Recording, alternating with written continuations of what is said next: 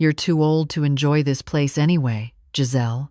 Why don't you just sign it over to us now and save everyone the hassle? Those words came from my nephew's wife, Vanessa, as she stood in my kitchen, my lake house kitchen, sipping coffee from one of my late husband's favorite mugs.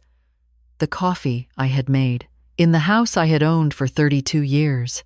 I didn't respond right away. I just set down the dish towel I'd been holding and looked at her. Really looked at her. She was wearing designer athleisure, the kind that costs more than my monthly grocery bill, and her hair was freshly highlighted. My nephew, Derek, stood behind her, scrolling through his phone, not even bothering to look up. "Excuse me?" I finally said. Vanessa waved her hand dismissively. "Oh, come on. You know what I mean. You're what, 63? How much time do you really have left to enjoy a place like this? Derek and I are in our prime. We have the kids. We could actually use this house. You're just letting it sit here most of the year anyway." That night, after they left, I sat on my deck overlooking the lake and made a phone call. By morning, I had an appointment with my real estate agent. By the end of the week, my beautiful lake house, the one Derek thought would be his, would have a for sale sign in the front yard. But I'm getting ahead of myself. Let me explain how it all started. My husband Thomas and I bought this lake house in 1993, the year after he retired from the fire department. We'd saved for years, dreaming of a place where we could escape the Houston heat, where our daughter could bring her kids for summer vacations, where we could grow old together watching the sun set over the water. Thomas died 6 years ago, a month after his 70th birthday. Heart attack. Quick and painless, the doctors said, though there was nothing painless about losing him. Derek is my sister's son. After she passed away from cancer 8 years ago, I tried to stay close to him. He was 28 then, newly married to Vanessa, and they had just had their first child. I wanted to be there for him the way my sister would have wanted. I invited them to the lake house for holidays, helped them out when money was tight, babysat their kids when they needed a weekend away. I thought we had a good relationship. The first time they visited after Thomas died, Derek walked through the house with a different look in his eyes. I remember catching him in the master bedroom, standing at the window that overlooked the lake. "This is some prime real estate, Aunt Giselle," he said. "What do you think it's worth now?" I laughed it off at the time. "More than I want to think about. The property taxes keep going up every year. You managing okay with those? I know retirement income can be tight." "I'm fine, sweetheart. Your uncle left me well taken care of." He nodded, but something about the way he looked around the room made me uncomfortable, like he was already measuring for new curtains. Over the next few years, the visits became more frequent, but the dynamic shifted.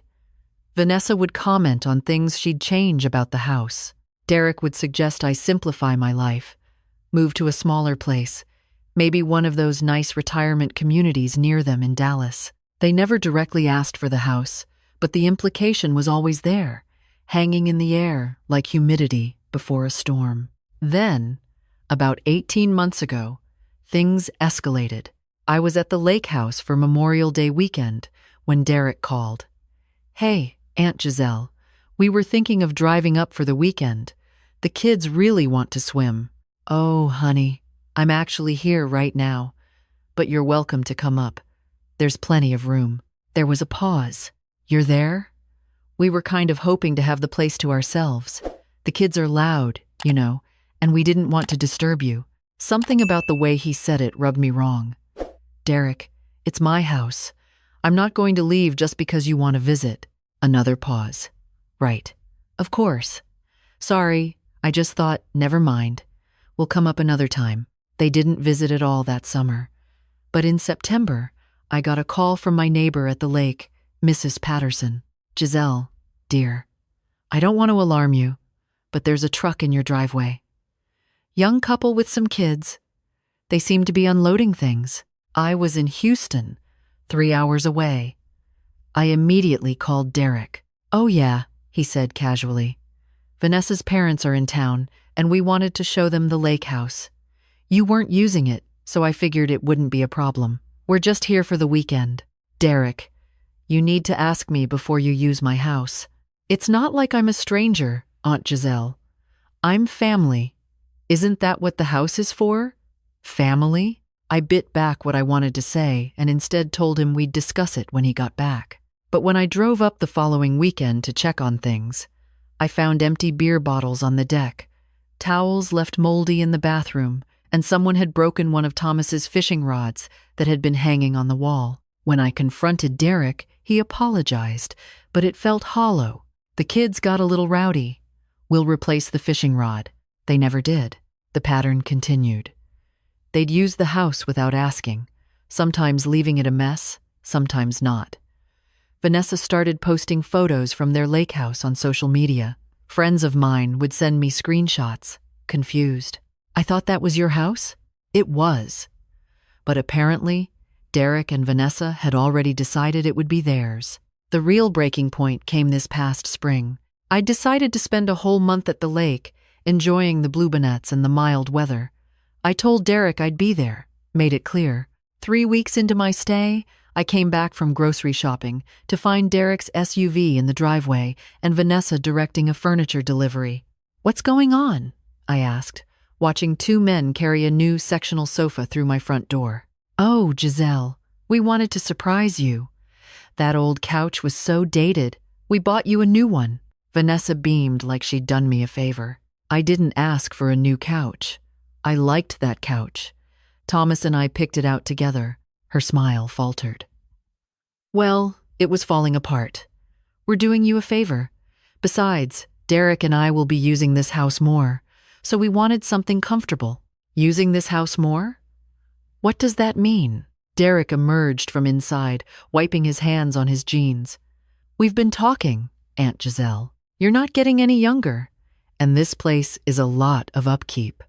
We thought we could help out, spend more time here, maintain it for you, and eventually, when you're gone, it would make sense for it to stay in the family."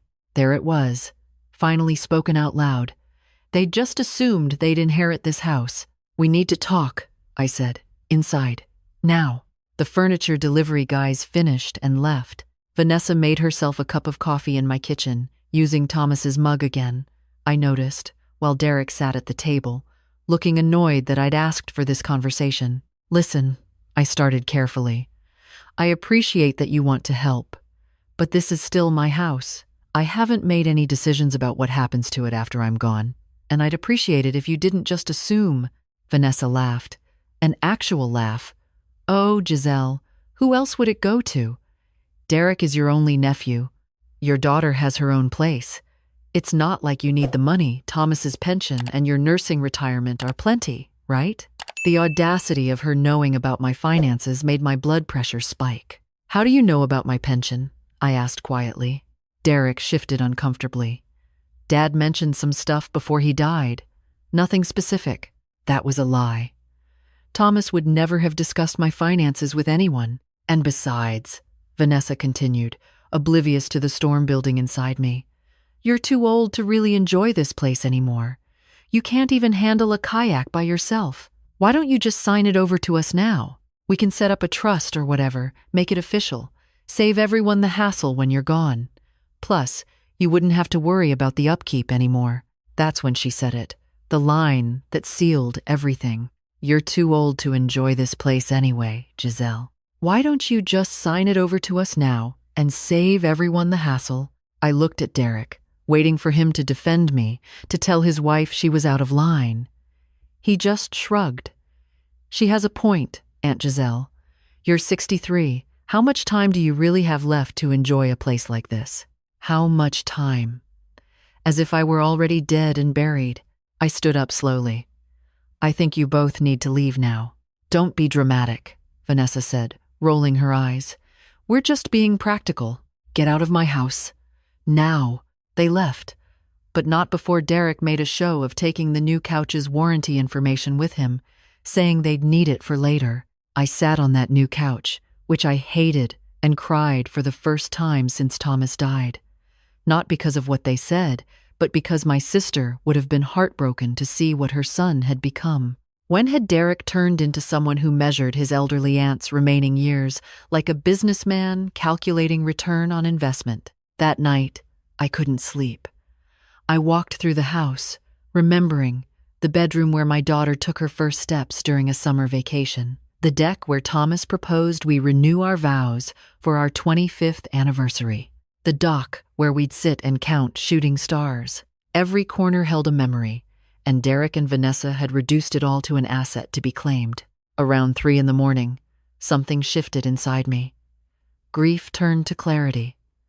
I knew exactly what I needed to do. The next morning, I called my real estate agent, Patricia. We'd been friends for years. I explained the situation. "Oh, honey," she said, her voice warm with sympathy. "I'm so sorry, but I have to ask, are you sure? This is your home." "This is my house," I corrected. "My home is wherever I decide to make it. And right now, I think I'd like to make it somewhere these walls aren't tainted by entitled expectations." We scheduled an appraisal. The house was worth far more than I'd imagined. Lakefront property had appreciated significantly. Patricia suggested we list it at $825,000. "It'll sell fast," she said. "Maybe multiple offers. Places like this don't stay on the market long." I didn't tell Derek and Vanessa. I didn't tell anyone except my daughter, Claire, who lived in Austin. "Mom, are you sure?" she asked when I called her. "I know Derek's been awful, but that house is your and Dad's place. Your father and I made that house a home," I told her. "The building is just wood and nails. The home was us, our love, our memories. I carry that with me wherever I go. I don't need Derek and Vanessa tainting those memories by treating this place like a prize they're entitled to." Claire was quiet for a moment. "What will you do with the money? Remember how your father and I always talked about traveling more? Australia, New Zealand, the Greek islands? We never did because we were saving for retirement, and then he was gone. I think it's time I stop saving for someday and start living for today. I'm 63, apparently too old to enjoy my own house. Let's see if I'm too old to enjoy the world." She laughed. It felt good to hear her laugh. "I think that's exactly what Dad would want you to do." The for sale sign went up on a Wednesday morning. By Wednesday afternoon, my phone started ringing. Derek's number. I didn't answer. Vanessa's number. Ignored. Derek again. Then a text. "Aunt Giselle, Mrs. Patterson said there's a for sale sign at the lake house.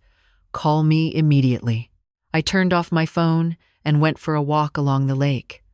The bluebonnets were in full bloom, carpeting the hills in purple. A family of ducks paddled near the shore. The sun was warm on my face. I realized I'd spent so much time maintaining this house for someday that I'd forgotten to enjoy it for today. Derek was right about one thing: I wasn't using it enough. But not because I was too old. Because I'd been so focused on preserving it as a family legacy that I'd forgotten to live my own life. That evening, I finally turned my phone back on. 17 missed calls, 8 voicemails, dozens of texts. I listened to one voicemail. Derek's voice was strained, angry. "What the hell, Aunt Giselle? You're selling the house? Without even telling me? That house is supposed to be mine. Mom wanted me to have it. You can't just sell it. Call me back right now. We need to discuss this." I deleted it and listened to the next one. Vanessa's voice was shrill. "This is incredibly selfish, Giselle. We've put time and money into that house. We bought you a new couch. You owe us at least a conversation. Derek's mother would be ashamed of how you're treating her son." That one made me laugh. My sister would have been ashamed, all right, but not of me. The texts were more of the same. Accusations, demands. Vanessa even suggested I was having a senior moment and maybe needed to be evaluated for dementia. I blocked both numbers and called Patricia instead. "We have 3 offers already," she said excitedly, all above asking. "There's a couple from California, cash buyers, willing to go to $875,000. What do you think? Let's wait through the weekend, see what else comes in." By Monday, we had 7 offers. The highest was $912,000, also cash, from a family moving from Austin who wanted their kids to grow up on the lake. I looked at their offer letter. They had 2 daughters, ages 8 and 10. The mother was a teacher. The father worked in tech. They loved to fish and kayak. They wanted to make family memories. Accept it, I told Patricia. But I have one condition: I want to meet them before we close. The family, the Johnsons, drove up the following weekend. I watched them walk through the house, seeing it through their eyes. The younger daughter squealed when she saw the bedroom with the window seat overlooking the lake. "This can be my room." The older one ran straight to the dock. "Dad, we can keep a kayak here." The mother, Jennifer, found me on the deck. "This place is magical," she said softly.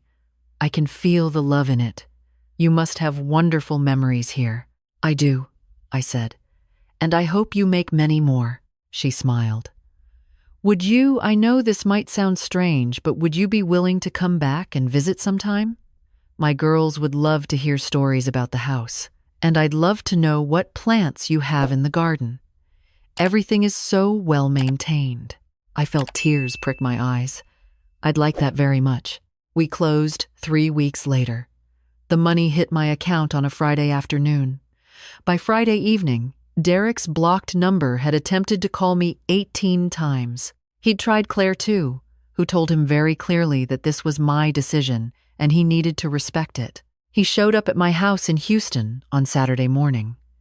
I watched through the peephole as he rang the doorbell repeatedly, then pounded on the door. "Aunt Giselle, I know you're in there. We need to talk about this." I opened the door but kept the security chain latched. "There's nothing to discuss, Derek." His face was red, his voice strained. "You sold Mom's house. You had no right. It wasn't your mother's house. It was mine.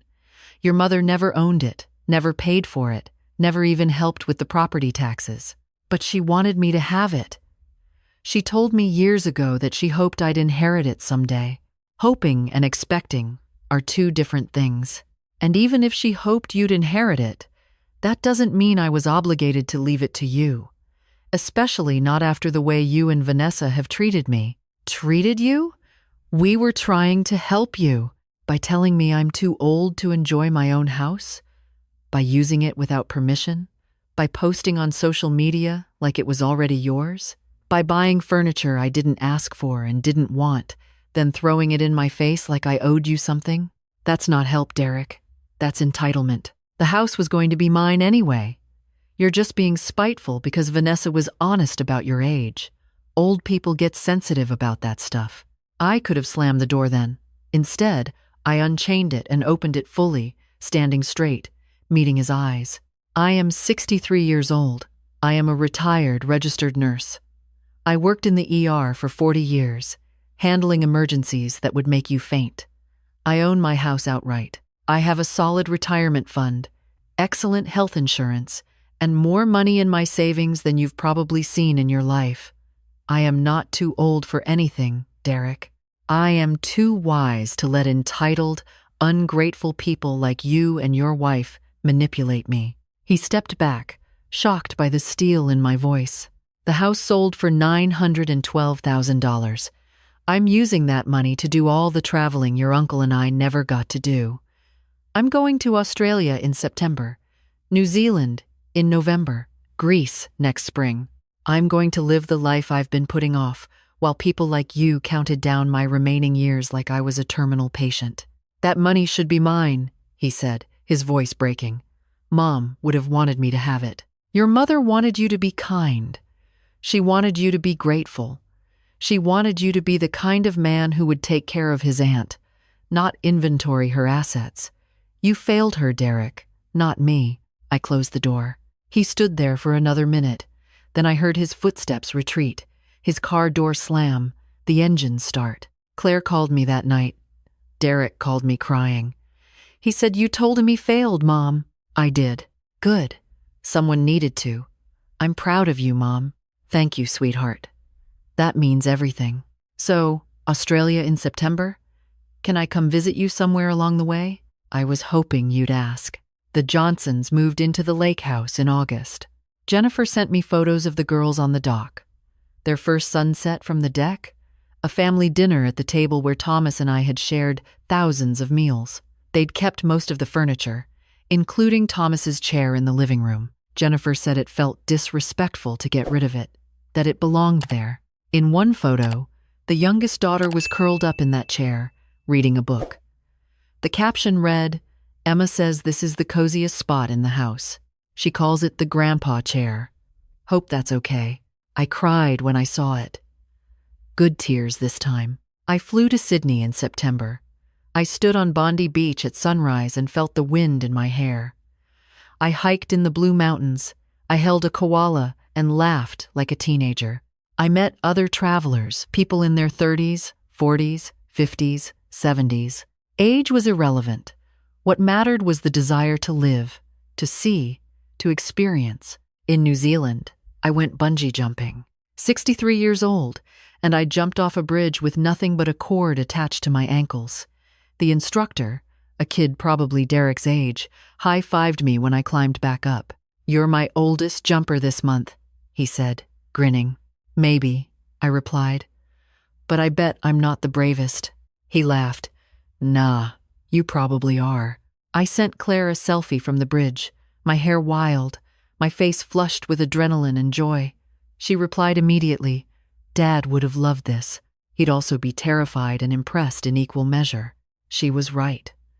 Thomas would have been cheering me on while simultaneously checking the safety equipment 3 times. I'm writing this from a small hotel in Athens.